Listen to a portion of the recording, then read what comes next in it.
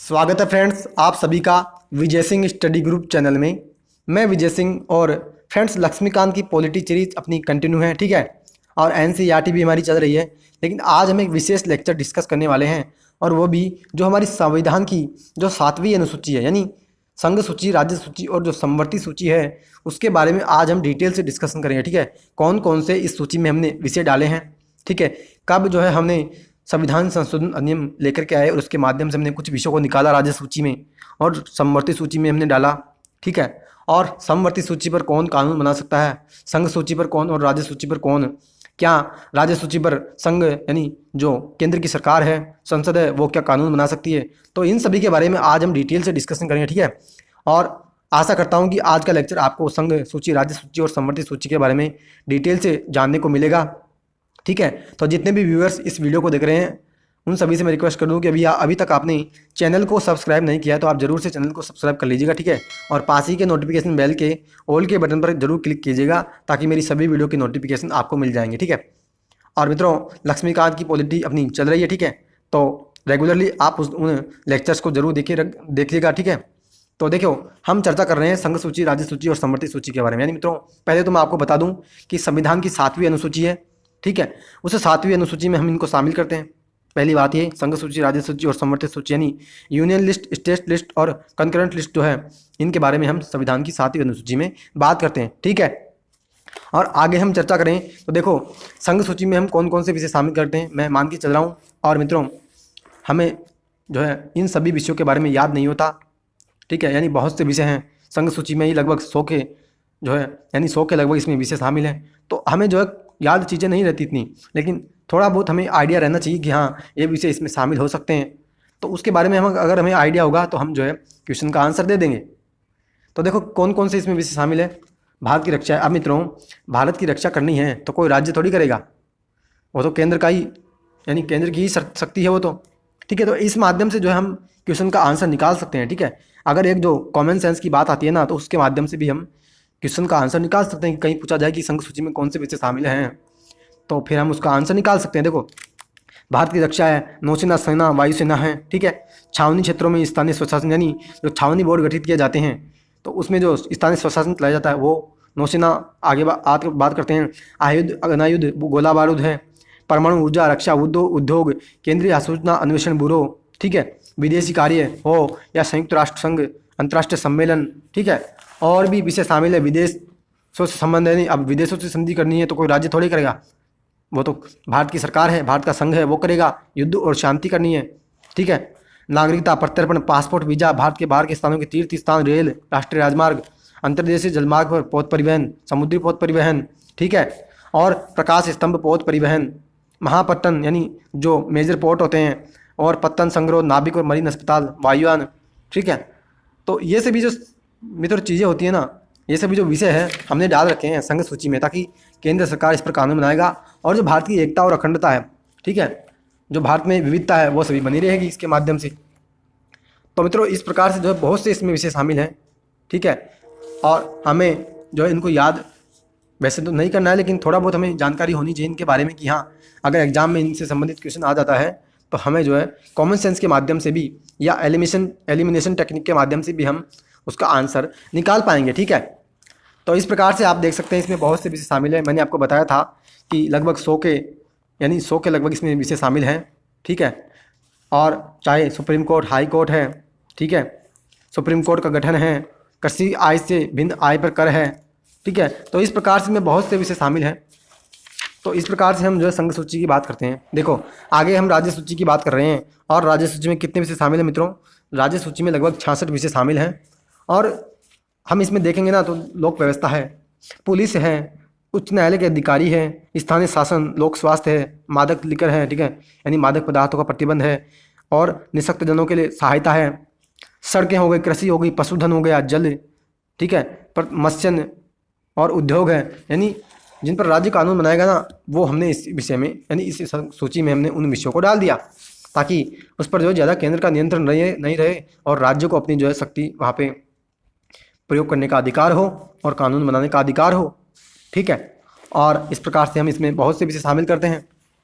मैंने आपको बताया कि इसमें हमने 66 विषय शामिल कर रखे हैं जिन पर राज्य जो है कानून बनाता है। और ऐसी 5 परिस्थितियाँ होती है कि उन 5 परिस्थितियों में संघ भी यानी जो केंद्र सरकार है वो भी और जो संसद है वो कानून बना सकती है। ऐसी 5 परिस्थितियाँ हैं, मैंने आपको चर्चा की है।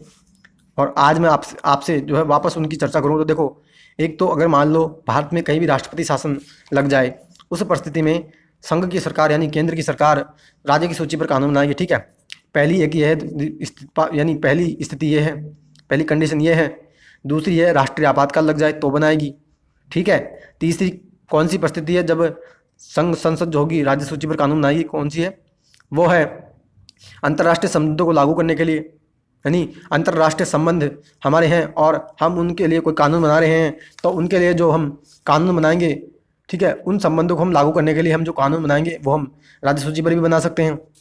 और मित्रों, चौथी जो परिस्थिति है ना, वो चौथी परिस्थिति है कि मान लीजिए राज्यसभा ने प्रस्ताव पारित किया कि भैया संसद जो है आप क्या करो, इस राज्य सूची पर कानून बनाओ।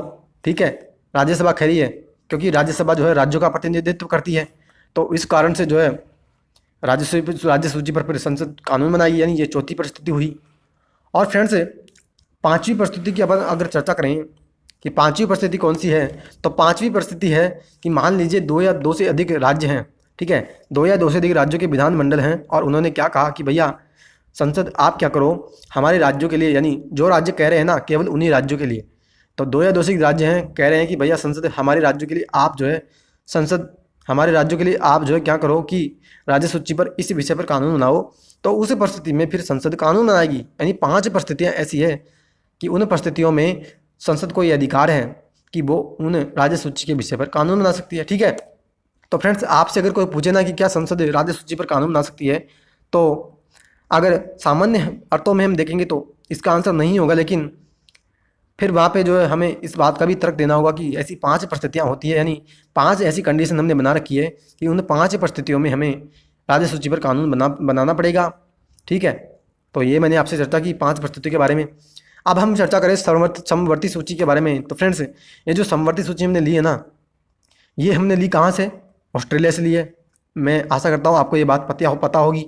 ठीक है, और फ्रेंड्स, जो हमारा 1935 का जो भारत शासन अधिनियम आया था, तो उसमें भी हमने प्रावधान किया था संघ सूची, राज्य सूची, समवर्ती सूची के बारे में। ठीक है, यानी 1773 के रेगुलेटिंग एक्ट से लेकर के भारत शासन अधिनियम यानी भारतीय स्वतंत्रता अधिनियम 1947 के यानी 1947 तक जितने भी अधिनियम हमारे देश में आए थे आज़ादी से पहले, तो वे सभी मैंने आपको करवा दिए हैं। और मैंने आपको उसमें बताया था कि हम जो है 1935 के भारत शासन अधिनियम में संघ सूची, राज्य सूची और समवर्ती सूची की बात करते हैं। और ये भी मैंने आपको बात बताई थी वहाँ पे कि जो अवशिष्ट शक्तियाँ, यानी इन विषयों के अलावा कुछ ऐसे विषय होते हैं जो इन तीनों सूचियों में शामिल नहीं होते, उन पर कानून बनाने का अधिकार, यानी अवशिष्ट विषयों पर कानून बनाने का अधिकार हमने संसद को दिया है, यानी संघ को दिया है। ठीक है, और उसको जो है हम अवशिष्ट शक्तियाँ भी कहते हैं।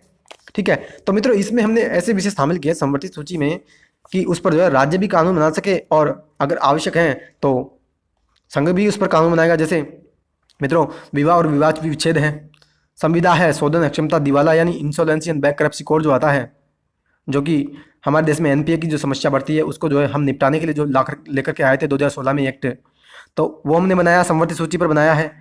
न्यास यानी जो ट्रस्ट होते हैं, सिविल प्रक्रिया यानी सिविल प्रोसीजर है, न्यायालय का अवमान यानी कंटेप्ट ऑफ कोर्ट है। ठीक है, न्याय की अवमानना जब आप कर देते हो तो आपको सज़ा मिल सकती है। तो ये सभी जो है इन सभी को लागू करने के लिए हम जो कानून बनाते हैं ना मित्रों, तो ये कानून हम समवर्ती सूची पर बनाते हैं। ठीक है, और पशु है, ठीक है, वन है, मादक द्रव्य है, आर्थिक और सामाजिक योजना है, सामाजिक सुरक्षा, व्यापार संघ, जीव जंतु की सुरक्षा, मेजर पोर्ट घोषित करने से भिन्न पोर्ट। ठीक है, और फ्रेंड्स, इस प्रकार से हम जो इसमें कुल मिलाकर के 47 विषय शामिल करते हैं, यानी समवर्ती सूची में हम 47 विषयों को शामिल करते हैं। ठीक है, और फ्रेंड्स, हम लेकर के आए थे एक एक्ट, कौन सा? संविधान संशोधन अधिनियम 42 हम लेकर के आए थे 1976 में, जिसको कि हम मिनी कॉन्स्टिट्यूशन भी कहते हैं। उसके माध्यम से हमने क्या किया था कि हमने 5 विषय निकाले, कहाँ से? राज्य सूची से, और उन राज्य सूची से 5 विषय निकाल करके हमने डाला उसको कहाँ? समवर्ती सूची में। कौन कौन से विषय हैं? देखिए, एक तो है, पहला है कौन सा? पहला है वन। ठीक है, यानी जो फॉरेस्ट होते हैं, जो वन हैं, वो निकाला। दूसरा वन्य जीवों की सुरक्षा निकाली, यानी जो हमारे वन्य जीवों का संरक्षण, वो दूसरा निकाला। तीसरा हमने निकाला शिक्षा। ठीक है, यानी शिक्षा पर राज्य और केंद्र दोनों कानून बना सकते हैं। ठीक है। चौथा हमने निकाला नाप और तौल, यानी जो मेजरमेंट होता है, यानी जो नाप और तौल होते हैं, ठीक है, तो वो निकाला। और पांचवा मित्रों हमने निकाला था न्याय का प्रशासन, यानी जो न्याय से संबंधित जो प्रशासन है वो भी हमने निकाला था राज्य सूची से 42वें संविधान संशोधन अधिनियम 1976 के माध्यम से, और उसको हमने डाला समवर्ती सूची में, ताकि केंद्र की सरकार भी उस पर कानून बना सके। पहले राज्य सूची में शामिल थे, इसका मतलब राज्य सरकार इस पर कानून बनाती थी, लेकिन अब केंद्र की सरकार इस पर कानून बनाएगी। ठीक है। तो फ्रेंड्स, इस प्रकार से आज हमने जाना राज्य सूची, समवर्ती सूची और जो संघ सूची है उसके बारे में। और मैंने आपको बताया 5 परिस्थितियों में भी हम, यानी 5 परिस्थितियों में संघ की सरकार, संसद राज्य सूची पर कानून बना सकती है। तो ठीक है, तो ये मैंने आपको आज एक्स्ट्रा बात बताई।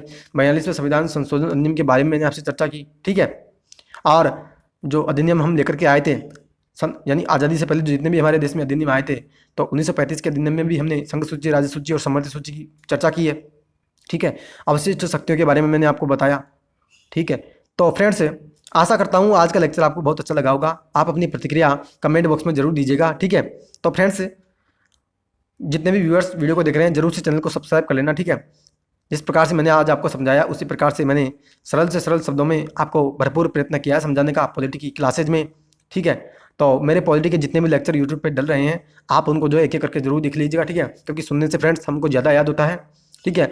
और जब हम पढ़ते हैं तो हमें जो कम याद होता है, क्योंकि सुनने में हमारे जो है, यानी हम सुनते हैं ना किसी चीज़ को, तो हम देखते भी हैं उस चीज़ को और हम सुनते भी हैं। तो दो चीज़ों से हम जो उसको देख रहे हैं, दो चीज़ों से हम जो है उसको, यानी दो चीज़ों से हम उस चीज़ को ग्रहण करते हैं, इसके कारण से हमको ज़्यादा याद होता है।